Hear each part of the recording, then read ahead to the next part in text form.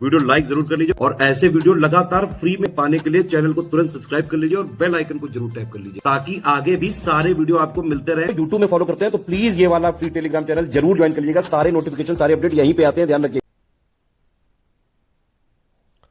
नमस्कार साथियों, स्वागत है आप सभी का बीओ की डिवाइस सीरीज में। और बीओ पीसीएस के लिए ये बहुत ही इंपॉर्टेंट क्लास रहने वाली है।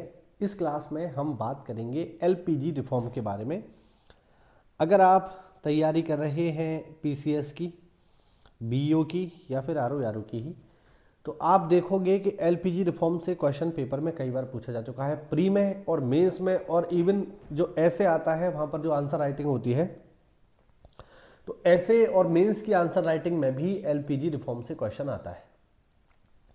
तो आज की क्लास में हम इसी के बारे में ज़रा बातचीत करेंगे कि आखिरकार एलपीजी रिफॉर्म क्या है और क्यों इनको किया गया, इनकी क्या ज़रूरत पड़ी, उस समय की परिस्थिति क्या थी और क्यों इन सबको अंजाम दिया गया। ठीक है, तो ये टॉपिक आज का रहेगा। अगर आप पहली बार चैनल से जुड़े हैं तो तुरंत इसको फॉलो करिए, सब्सक्राइब करिए, ताकि आप प्रॉपर इस तरीके की नॉलेज ले पाएँ जो एग्ज़ाम में आपको टू द पॉइंट हेल्प करे।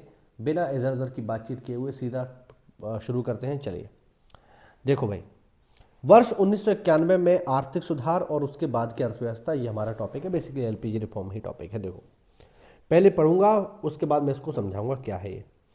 वर्ष 1991 में भारत को एक महान आर्थिक संकट के दौर से गुजरना पड़ा। अनेक अर्थशास्त्रियों के अनुसार स्वतंत्रता के बाद भारत की अर्थव्यवस्था में यह सबसे गंभीर आर्थिक संकट था। ठीक है, वास्तव में जिन आर्थिक समस्याओं ने 1991 में संकट का रूप लिया वे अचानक उपस्थित नहीं हुई थीं, बल्कि काफ़ी वर्षों से अर्थव्यवस्था में मौजूद थीं। ठीक है, देखते हैं आगे। वर्ष 1991 में भारत को विदेशी ऋणों के मामले में संकट का सामना करना पड़ा। सरकार अपने विदेशी ऋण के भुगतान करने की स्थिति में नहीं थी। पेट्रोलियम आदि आवश्यक वस्तुओं के आयात के लिए सामान्य रूप से रखा गया विदेशी मुद्रा भंडार 15 दिनों के लिए आवश्यक आयात भुगतान करने के योग्य भी नहीं बचा। अब आखिरकार ये जो आपने अभी तक पढ़ा, ये 2-3 लाइनें हमने पढ़ी, इसका मतलब क्या है और ऐसा हुआ क्यों, जरा ये समझते हैं। देखो भाई, ऊपर वाली 3 लाइनें जो हमने पढ़ी उसका मतलब ये है कि 1991 में कंडीशन ऐसी आ गई कि जो हमारा फॉरेक्स रिजर्व है, ठीक है, फॉरेक्स रिजर्व होता है फॉरेन एक्सचेंज, यानी हमारे पास जो डॉलर हैं वो, उनकी मात्रा, तो 1991 में हमारे पास जो डॉलर हैं उनकी मात्रा इतनी कम हो गई साथियों, इतनी ज़्यादा कम हो गई कि हमारे पास केवल 15 दिन के लिए विदेशी जो आयात है, जो विदेशी मुद्रा है हमारी इतनी कम हो गई कि आयात करने के लिए हमारे पास केवल 15 दिनों के लिए पैसे बचे। इतनी खराब स्थिति आ गई थी वर्ष 1991 में। सवाल है ये स्थिति आई क्यों, तो मैं इसको एक्सप्लेन करता हूं कि आखिरकार ऐसा हुआ क्यों। देखो भाई, 1947 से लेकर 1991 तक, इस पूरे समय में भारत ने अपनी अर्थव्यवस्था को बंद कर रखा था, यानी भारत की अर्थव्यवस्था एक बंद अर्थव्यवस्था थी। बंद अर्थव्यवस्था क्या होती है, तो इसे हम कहते हैं क्लोज्ड इकोनॉमी। और क्लोज्ड इकोनॉमी का सीधा सा मतलब है ये कि भारत में विदेशी कंपनियों के आने पर या विदेशी लोगों के आने पर पूरी तरीके से रोक थी।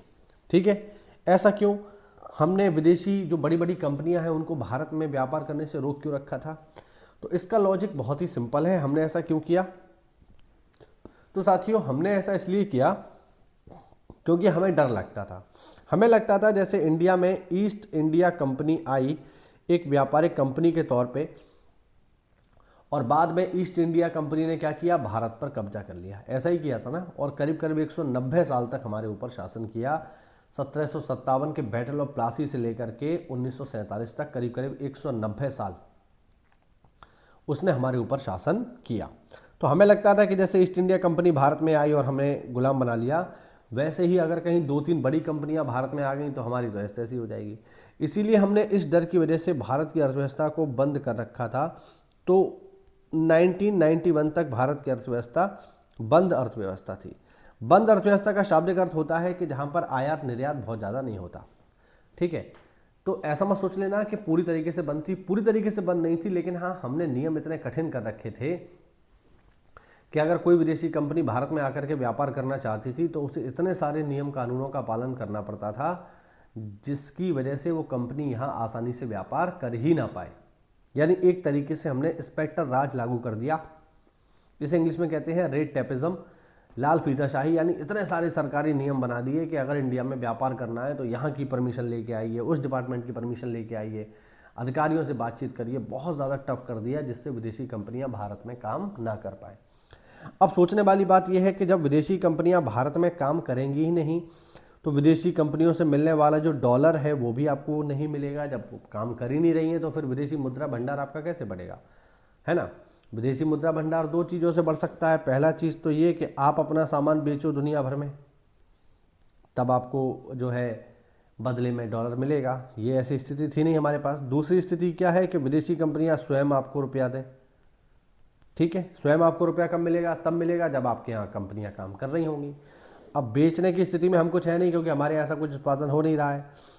और स्वयं जो है विदेशी कंपनियां हमें पैसा क्यों देंगी? क्योंकि हम तो आने ही नहीं देते हैं अपने यहाँ पे विदेशी कंपनियों को। तो इन सब समस्याओं के कारण कंडीशन कुछ ऐसी आ गई साथियों कि भारत का जो विदेशी मुद्रा भंडार है वो केवल 15 दिन तक के लिए ही बचा और इतनी गंभीर स्थिति आ गई। तब इस खतरनाक स्थिति का सामना करने के लिए तुरंत कुछ विशेष कदम उठाए गए। आगे बढ़ते हैं। इस वित्तीय संकट का वास्तविक उद्गम 1980 के दशक में अर्थव्यवस्था का अकुशल प्रबंधन था, जो मैंने ऊपर आपको समझाया वही। सामान्य प्रशासन चलाने और अपनी विभिन्न नीतियों के क्रियान्वयन के लिए सरकार करों और सार्वजनिक उद्यम आदि के माध्यम से फंड जुटाती है। जब व्यय आय से अधिक हो गया तो सरकार बैंकों, जनसामान्य तथा अंतर्राष्ट्रीय वित्तीय संस्थानों से उधार लेने के लिए बाध्य हो जाती है। 1980 के दशक के अंत तक सरकार का व्यय उसके राजस्व से इतना अधिक हो गया कि ऋण के द्वारा व्यय धारण करने की क्षमता से अधिक माना जाने लगा। और जब ऐसी स्थिति हो गई तो फिर बहुत सारी चीज़ों की जो कीमतें हैं वो बढ़ने लगी। ठीक है, देखो इस बात को बहुत सिंपल से आप लोग ध्यान रखना कि अगर हमारे ऊपर विदेशी ऋण होगा, ठीक है, तो फिर हमें महंगी चीज़ों का सामना करना पड़ेगा। इसका एक आपको बेस्ट एग्जांपल देता हूँ। अभी जो है मुंबई में अटल सेतु स्टार्ट हुआ है नहीं हुआ है? अब कुछ लोगों ने क्या किया, इसकी आलोचना करी है, साहब कि अटल सेतु तो बहुत महंगा है, एक तरफ का किराया जो है 250 रुपया है। मतलब एक तरफ अगर आप अटल सेतु को यूज़ करोगे 12-13 किलोमीटर का है तो एक तरफ का टोल टैक्स आपको 250 रुपया देना पड़ेगा, लौटा फेरी 300 है, इसी तरीके का है। अब लोगों ने जब बहुत ज़्यादा विरोध किया तो सरकार ने क्या किया, 250 से घटाकर इसे कर दिया 200 कि चलो यार ठीक है ना, दोनों तरफ से आप आओगे जाओगे तो 300 रुपये में काम चल जाएगा। सवाल ये उठता है कि सरकार ने इतना महंगा इसको क्यों कर रखा है भाई? तो देखो इसलिए कर रखा है कि अटल सेतु जो है वो जिस कंपनी ने बनाया है वो जापान की है और इसको बनाने में 18,000 करोड़ रुपए का खर्चा है। ठीक है, 18,000 करोड़, इतना रुपया खर्चा हुआ है। और इस 18,000 करोड़ का 80% जो है वो जापान की कंपनी ने दिया है। अब वो प्यार मोहब्बत में नहीं दिया है उसने हमें, वो पैसा उसने हमें उधार दिया है। ठीक है, और वो पैसा हमें चुकाना पड़ेगा। जब तक हम ये मूल नहीं चुका देते तब तक हमें उसका ब्याज भी देना पड़ेगा। यही कारण है कि सरकार ने क्या किया है, सरकार ने कहा है कि अटल जो सेतु है उसका जो है हम जो किराया है वो ज़्यादा रखेंगे, जो टोल है हम ज़्यादा रखेंगे। क्योंकि जितना जल्दी ये टोल हम ज़्यादा करके, जितना जल्दी हम ये लोन जो है 18,000 करोड़ रुपए का इसे हम चुका देंगे, उतना जल्दी वो जो ब्रिज है वो फ्री हो जाएगा। और फिर जब ये सारा लोन चुकता हो जाएगा तब सरकार की इच्छा रहेगी कि जो टोल है वो 250 रुपया करे या 25 रुपया करे या 30 रुपया करे, वो सरकार की इच्छा है। लेकिन जब तक ये 18,000 करोड़ रुपए का पेमेंट नहीं हो जाएगा जापान की कंपनी को, तब तक ये टोल ज़्यादा बना रहेगा। तो सीधी सी बात है, देखो रुपया से ही सारा काम हो रहा है। अब मान लो सरकार जो है इस टोल को घटा करके कम कर दे, मान लो 100 रुपया कर दे, तो ऐसे में जब 100 रुपया कर देगी तो टोल ऑब्वियस बात है कम आएगा, और कम आएगा तो जो है समय जो है बढ़ जाएगा, और समय जब बढ़ जाएगा इसका तो फिर हमें ब्याज ज़्यादा देना पड़ेगा। यही कारण है कि सरकार ने उसके टोल को महंगा रखा है। आई बात समझ में नहीं आई मैं क्या बताना चाह रहा हूँ? तो बस वही चीज़ है। ठीक, तो जब आपके ऊपर लोन होता है तो फिर वस्तुओं की कीमतें बढ़ने लगती हैं, सीधी बात है। अब ये अगर हम खुद से बनाते, ये हमें अगर हमने लोन नहीं लिया होता, उधार नहीं लिया होता, हम खुद से बना रहे होते, तो ऑब्वियस बात है इसकी कीमत इतनी नहीं होती, हम 250 रुपये थोड़ी रखते, फिर 150 में ही काम चल जाता। वर्ष 1991 के सुधार भारत की स्वतंत्रता के बाद इतिहास में एक ऐतिहासिक क्षण था, जिसने अर्थव्यवस्था की प्रकृति को मौलिक तरीकों से बदल दिया। भुगतान संतुलन की गंभीर समस्या ने वर्ष 1991 में आर्थिक संकट को जन्म दे दिया। इससे निपटने के लिए भारत के आर्थिक प्रतिष्ठान ने भारत की व्यापक आर्थिक बैलेंस शीट को सुधारने के लिए, विकास की गति को बढ़ाने के लिए एक बहुआयामी सुधार एजेंडा शुरू किया। जो भी समस्याएं चल रही हैं उनसे निपटने के लिए हमने एक एजेंडा शुरू किया। वर्ष 1991 का संकट अधिक घरेलू मांग के कारण, आयात में कमी और चालू घाटे खाते के कारण हुआ।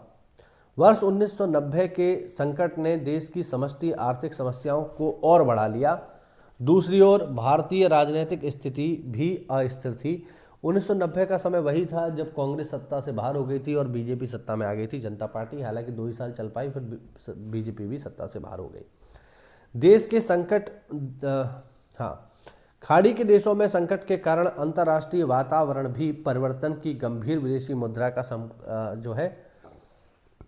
खाड़ी देशों में संकट के कारण अंतर्राष्ट्रीय वातावरण में परिवर्तन से गंभीर विदेशी मुद्रा संकट उत्पन्न हुआ। खाड़ी देशों को होने वाला भारतीय निर्यात लगभग समाप्त हो गया। यानी जो चीज़ें हम भेज रहे थे खाड़ी देशों में भारत से, वो करीब करीब बंद हो गया,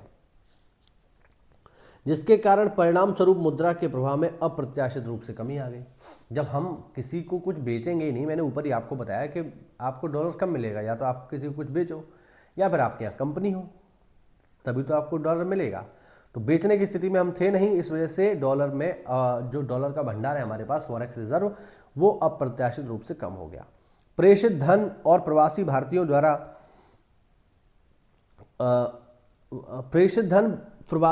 द्वारा खाड़ी देशों से आते थे, जो धीरे धीरे समाप्त हो गए।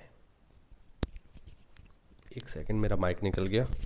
हाँ ठीक है, आगे देखो। पेट्रोलियम तेल तथा स्नेहक पदार्थों के आयात का बिल बढ़ गया। दूसरी ओर राजनीतिक अस्थिरता ने पूंजी पलायन को प्रोत्साहित किया।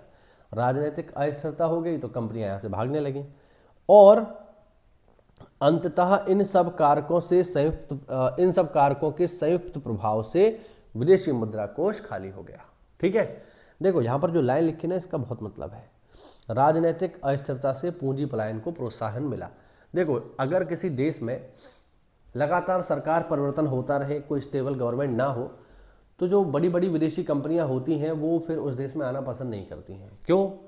क्योंकि मान लो आज एक सरकार से उन्होंने समझौता किया, मालूम चला वो सरकार 6-7 महीने चली, 8-9 महीने चली, फिर दूसरी सरकार आ गई। अब दूसरी सरकार ने जो समझौता हुआ था उसको कैंसिल कर दिया। तो कंपनी जो है बार बार ऐसे समझौता नहीं, मतलब ना तो करेगी और ना ही तोड़ेगी। इसी वजह से जो बड़ी बड़ी कंपनियां होती हैं वो भी यही चाहती हैं कि देश में स्टेबल गवर्नमेंट बनी रहे, क्योंकि स्टेबल गवर्नमेंट बनी रहेगी तो अभी समझौता हो गया तो 5 साल सरकार रहेगी, तब तक अपना काम चलता रहेगा। अब हर 6 महीने में, हर साल में अगर सरकार चेंज हो गई है तो नई सरकार के साथ फिर समझौता करिए, फिर से मंत्री जी की सेवा पानी करिए। ऑब्वियस बात है, ये बहुत ही महंगी प्रक्रिया है, इससे कंपनियां बचना चाहती हैं। ठीक है ना, बात समझ पा रहे हो? नहीं, मैं क्या बताना चाह रहा हूँ, तो वही सारी चीज़ है। ठीक है, अब देखो, भारतीय अर्थव्यवस्था के इतिहास में जून 1991 में पहली बार भुगतान शेष की समस्या गंभीर रूप से सामने आई। इसके बाद लाई गई नई आर्थिक नीति। वर्ष 1990-91 में संकटग्रस्त आर्थिक परिस्थितियों से निपटने के लिए भारत सरकार ने आर्थिक सुधारों को गंभीरता पूर्वक लागू करने का फैसला लिया। 7वीं योजना के आरंभ से देश के आर्थिक क्षेत्र में अनेक महत्वपूर्ण नीतिपरक परिवर्तन लाए गए, जिनका संबंध अर्थव्यवस्था के विभिन्न अंगों से था। आर्थिक क्षेत्र में ये परिवर्तन इतने बड़े और प्रभावपूर्ण ढंग से लागू किए गए कि इन्हें नई आर्थिक नीति अथवा आर्थिक सुधार की संज्ञा दी जाती है। राष्ट्रीय अर्थव्यवस्था के विभिन्न पहलुओं के संबंध में वर्ष 1991 में किए गए अनेक सरकारी नीति विषयक उद्घोषणाओं में इस नई आर्थिक नीति को स्पष्ट तथा ठोस रूप प्रदान किया गया। अब क्या क्या सुधार हुए जरा देखते हैं। पहला है उदारीकरण। उदारीकरण मतलब लिबरलाइजेशन। क्या होता है पहले पढ़ेंगे फिर मैं समझाऊंगा। वैसे तो औद्योगिक लाइसेंस प्रणाली, आयात निर्यात नीति, तकनीकी उन्नयन, राजकोषीय और विदेशी निवेश नीतियों में उदारीकरण 1980 के दशक में ही प्रारंभ कर दिए गए, किंतु 1991 में आरंभ की गई सुधारवादी नीतियां कहीं अधिक व्यापक थी। औद्योगिक क्षेत्रक, वित्तीय क्षेत्रक, कर सुधार, विदेशी विनिमय बाजार, व्यापार तथा निवेश क्षेत्रक पर 1991 और 1991 के बाद से विशेष ध्यान दिया गया। देखो, उदारीकरण का मतलब ये है बहुत ज़्यादा उदार बन जाओ, चीज़ों को आसान कर दो। मैंने अभी थोड़ी देर पहले आपको क्या बताया कि भारत में एक स्थिति ऐसी थी कि विदेशी कंपनियों को भारत में काम करने के लिए इतने सारे रूल्स एंड रेगुलेशंस को फॉलो करना पड़ता था कि कंपनियां भाग जाती थी परेशान होकर के। अफसरशाही इतनी ज़्यादा थी, नेताओं के या सरकारी ऑफिस के इतने चक्कर लगाने पड़ते थे कि कंपनियां परेशान हो जाती थी। और जब कंपनियां इतनी ज़्यादा परेशान हो रही है तो वो सोचती थी हम भारत में फिर व्यापार ही क्यों करें, हम कहीं और चले जाते हैं, हम चाइना चले जाते हैं, हम किसी और देश चले जाते हैं, ब्राज़ील चले जाते हैं। तो हमने इस चीज़ को नोटिस किया कि आखिरकार हमारे यहाँ जो FDI है, जो फॉरेन डायरेक्ट इन्वेस्टमेंट है, वो क्यों नहीं आ रहा। और इसी चीज़ को हमने पकड़ते हुए पहला जो काम किया वो ये कि हमने इंडिया में लाइसेंस नीति को बहुत उदार कर दिया। लाइसेंस नीति का मतलब कि अब कुछ ही काम ऐसे रह गए हैं, टोटल 6 काम ऐसे रह गए हैं जिनको करने के लिए आपको लाइसेंस चाहिए।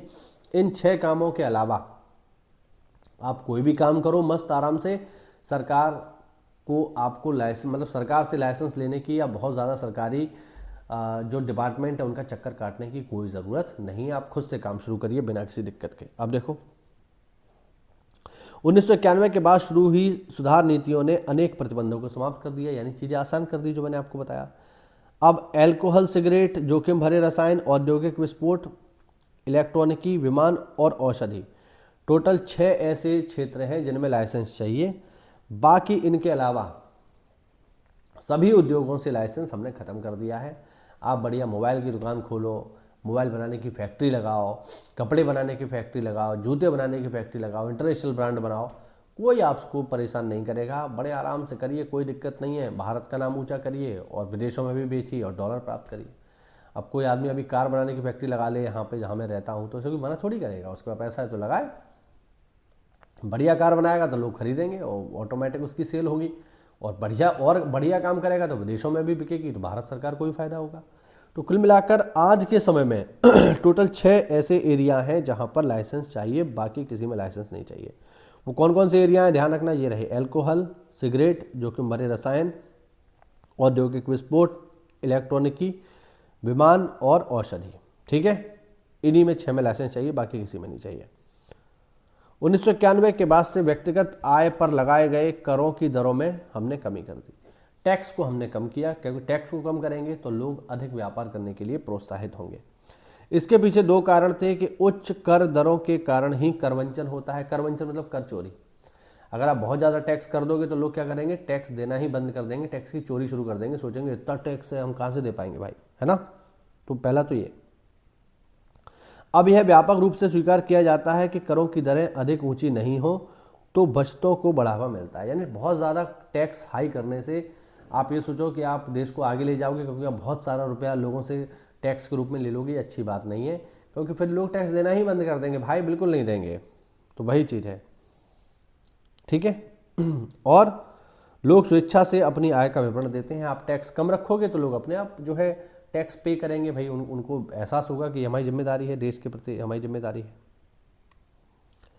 निगम कर की दर जो पहले बहुत अधिक थी, धीरे धीरे कम कर दी गई। प्रत्यक्ष करों में भी सुधार के प्रयास किए जा रहे हैं, जैसे वस्तुओं और सेवाओं पर लगाए गए कर, ताकि सभी वस्तुओं तथा सेवाओं के लिए एक राष्ट्रीय बाजार की रचना हो सके। इसी काम को करने के लिए वर्ष 2016 में GST अधिनियम लागू किया गया, जो जुलाई 2017 से लागू है। ठीक है, GST की बात हो रही है यहाँ पे। विदेशी क्षेत्रक में पहला सुधार विदेशी विनिमय बाजार में किया गया। 1991 में भुगतान संतुलन की समस्या ने तात्कालिक निदान के लिए अन्य देशों की मुद्रा के रूप में रुपए का अवमूल्यन किया।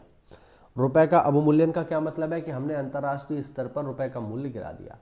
इसका मतलब क्या होता है भाई, अगर हम अंतर्राष्ट्रीय स्तर पर रुपए का मूल्य गिरा देंगे, अवमूल्यन कर देंगे, तो इससे होगा क्या, मान लो देखो, इससे ये होगा कि मान लो अभी जो है $1 में आ रहा है मान लो 20 रुपया, ठीक है, चलो थोड़ा ज़्यादा कर लेते हैं, 80 रुपया आ रहा है अभी $1 में। हमने क्या किया, हमने रुपए का अवमूल्यन कर दिया सरकार ने खुद, अब आ रहा है $1 में 100 रुपया। तो पहले जो 80 रुपये वाली चीज़ आप $1 में खरीद पा रहे थे, अब 100 रुपये वाली चीज़ भी खरीद पाओगे। तो ये हो गया रुपए का अवमूल्यन, यानी हमने रुपए का मूल्य घटा दिया। जब भी कभी अवमूल्यन होता है तो ध्यान रखना, अवमूल्यन से हमेशा एक चीज़ को बढ़ावा मिलता है और वो है निर्यात, ठीक है। हाँ, अवमूल्यन होगा तो निर्यात को बढ़ावा मिलेगा, लोग आपके यहाँ आएंगे क्योंकि आपने रुपए का मूल्य गिरा दिया है, तो चीज़ें सस्ती हो गई उनके लिए, तो जल्दी से जल्दी वो चीज़ें खरीदेंगे। एक तरीके की सेल हो गई, और सेल हो गई तो बड़ी बड़ी कंपनियां आएंगी भारत में, सामान खरीदेंगी और बदले में हमें डॉलर देंगी, वही है। आगे देखते हैं, आगे है इसमें निजीकरण। निजीकरण का मतलब है प्राइवेटाइजेशन। देखिए 1991 तक सरकार को लगता था कि यार प्राइवेट लोगों से कुछ मत करवाओ, ये तो इनकी सोच अलग है, ये तो प्राइवेट लोग हैं। लेकिन धीरे धीरे सरकार को एहसास हुआ कि सारा काम आप खुद से नहीं कर सकते, आपको निजी लोगों की ज़रूरत है, आपको प्राइवेट लोगों की ज़रूरत है, जो प्राइवेट प्रोफेशनल्स हैं उनकी ज़रूरत है। और इसी काम को करने के लिए हमने देश में शुरू की निजीकरण व्यवस्था। निजीकरण का तात्पर्य है किसी सार्वजनिक उपक्रम के स्वामित्व या सरकार के प्रबंधन में जो चीज़ें चल रही हैं उनको प्राइवेट हाथों में सौंप देना, ठीक है। निजीकरण का मतलब है जो चीज़ पहले सरकार कर रही थी उसको अब प्राइवेट लोग करेंगे, इसी को कहा जाता है निजीकरण। और निजीकरण का जस्ट उल्टा होता है राष्ट्रीयकरण। अगर किसी प्राइवेट कंपनी को सरकारी कर दिया जाए, है ना, जैसे 1969 में 14 बैंकों का राष्ट्रीयकरण कर दिया गया, यानी वो बैंकें पहले प्राइवेट थीं लेकिन अब वो सरकारी हो गई, ठीक है। और निजीकरण का मतलब होता है किसी सरकारी चीज को प्राइवेट हाथों में सौंप देना। आई बात समझ में? अब देखो, सरकारी कंपनियां निजी क्षेत्र की कंपनियों में दो प्रकार से परिवर्तित हो रही हैं। पहला, सरकार को सार्वजनिक कंपनी के स्वामित्व और प्रबंधन से बाहर होना, यानी सरकार उसके मैनेजमेंट से बाहर हो गई, ठीक है। या फिर दूसरा, सार्वजनिक क्षेत्र की कंपनियों को सीधे सीधे बेच देना, ठीक है। अब देखो, किसी सार्वजनिक क्षेत्र के उद्यमों में जनसामान्य की इक्विटी को बिक्री के माध्यम से निजीकरण को विनिवेश कहा जाता है। विनिवेश क्या होता है? देखिए, दो शब्द होते हैं, पहला होता है निवेश, दूसरा होता है विनिवेश। निवेश का मतलब होता है इन्वेस्टमेंट, यानी पैसा लगाना। अगर किसी कंपनी में सरकार पैसा लगा रही है तो इसे हम कहते हैं इन्वेस्टमेंट। अब सरकार ने मान लो 1000 करोड़ रुपया किसी कंपनी में लगा दिया, अब वो कंपनी बढ़िया काम कर रही है, अब सरकार चाहती है कि लाओ, अब तो जो काम होना था वो हो ही गया, अब हम अपना रुपये वापस निकाल लें। तो अगर सरकार अपना 1000 करोड़ था, उसमें से 800 करोड़ निकाल लिया, तो किसी भी कंपनी में लगे पैसे को बाहर निकालना कहलाता है डिसइन्वेस्टमेंट, यानी विनिवेश, ठीक है। हाँ, तो ये चीज़ आप लोग ध्यान रखना, निवेश और विनिवेश। चलिए आगे बढ़ते हैं।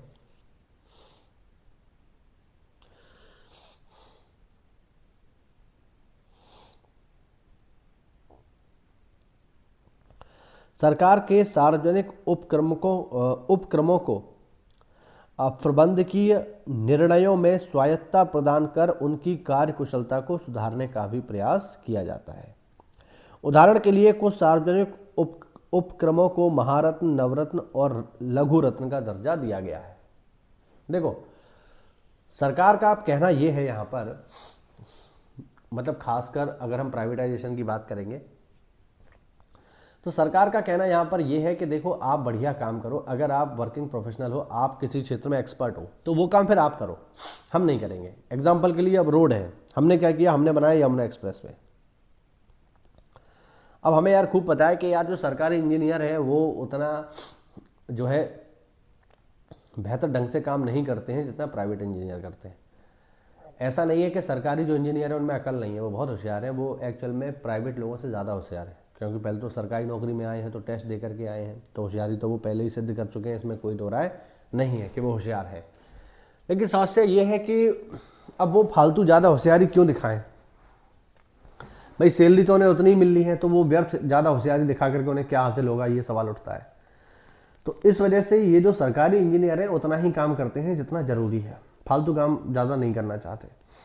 इसीलिए सरकार क्या करती है, अब जो है जो भी महत्वपूर्ण काम है, अब जैसे यमुना एक्सप्रेसवे का मैंने एग्जांपल लिया।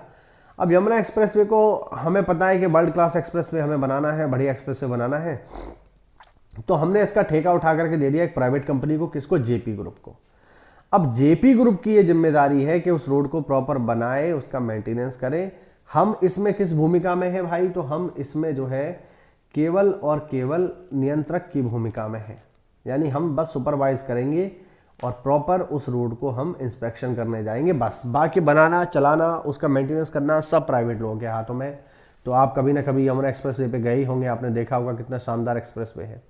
तो कहने का अर्थ बस यही है कि निजीकरण का मतलब है कि लोगों को बेहतर सुविधाएं देने के लिए प्राइवेट कंपनियों के साथ आना, या जो सरकारी कंपनियां बेहतर प्रदर्शन नहीं कर रही हैं उनको निजी क्षेत्रों में सौंप देना, जिससे वो बढ़िया ढंग से काम कर सके। इसका आपको एक बेस्ट एग्जांपल देता हूं। इसका बेस्ट एग्जांपल है हमारे पास इंडियन एयरलाइंस। ठीक है, इंडियन एयरलाइंस जो है वो पहले टाटा की थी। इंडियन एयरलाइंस जो थी पहले टाटा की थी। बाद में इंदिरा गांधी के समय पे बहुत सारी चीज़ों का राष्ट्रीयकरण किया गया, तो टाटा से इसको छीन लिया गया। अब टाटा से इसको छीन लिया गया, जब तक टाटा ने चलाया वही टाटा प्राइवेट है, तो उन्होंने अपने तरीके से, भाई प्राइवेट चीज़ें अपने तरीके से ही चलती हैं, है ना।